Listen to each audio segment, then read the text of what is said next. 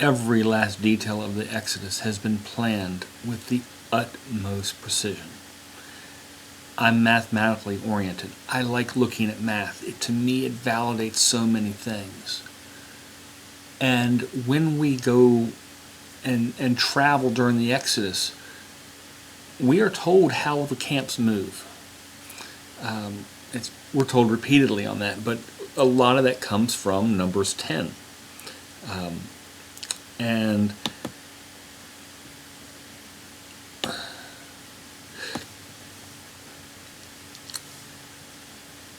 we're told the order of how we move out.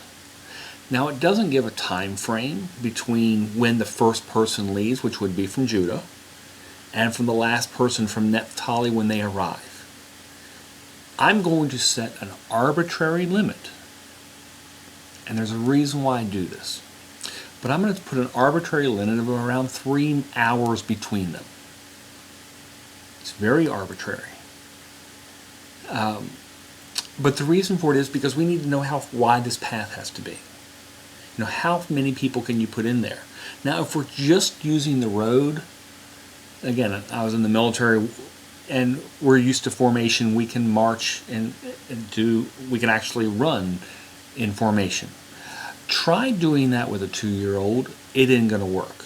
So I've kind of put in about 3 feet a person.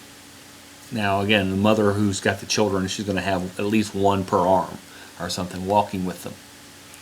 And we have the speed, we know what we walk at, what the speed we walk. So how far? Now, the reason I've looked at roads is because, we've got some heavy things, and we have oxen with us pulling these carts, having the things with the tabernacle. That stuff's heavy. I don't want those oxen overtaxed, and I know our Creator doesn't. He cares about those oxen.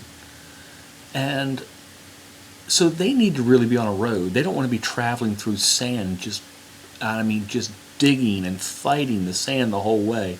That's just trying to kill them. We don't want that. So they want to be on a road. The Levites who are carrying the Ark of the Covenant and the other pieces, they don't want to be on the sand where they could trip against a stone and try to fall. They want to be on a road where they are safe. But for the rest of us, we can kind of walk through whatever, and we'll make it. Maybe harder, but we can lift up our feet. But if we're trying to do it and everybody's trying to stick on a road, just one tribe would take 9 hours. That's the length. If we assume a tribal size of around 250,000 people, you're talking 9 hours just for one tribe to move through. So that doesn't work. So it's got to be a much wider thing. And after we leave Aqaba, Jordan, because he's told us where our path is. We're going up basically to Mayon, Jordan right after that. And it's going through the mountains. And all I could think about is, how are we going to do this thing? It would be so narrow. How are we going to do this? And then you go and look at it. Because if you do the math and you say, okay, we should be arriving around 3 hours between the front to the last, that puts around 260 people wide. And that needs, when I come up with my math on that, it should be around about 780 feet at 3 feet wide. That's 260 times that is 780 feet.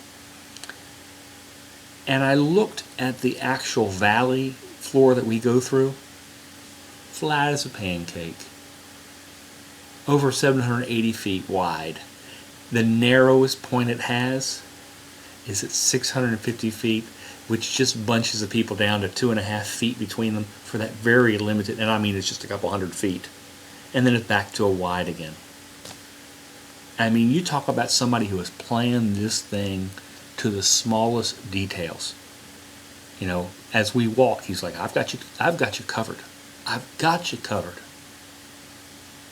You will walk and it will not be a problem. I'll get you all there. I'm not waiting, 30 hours between the first one coming and the last one coming, or 4 days.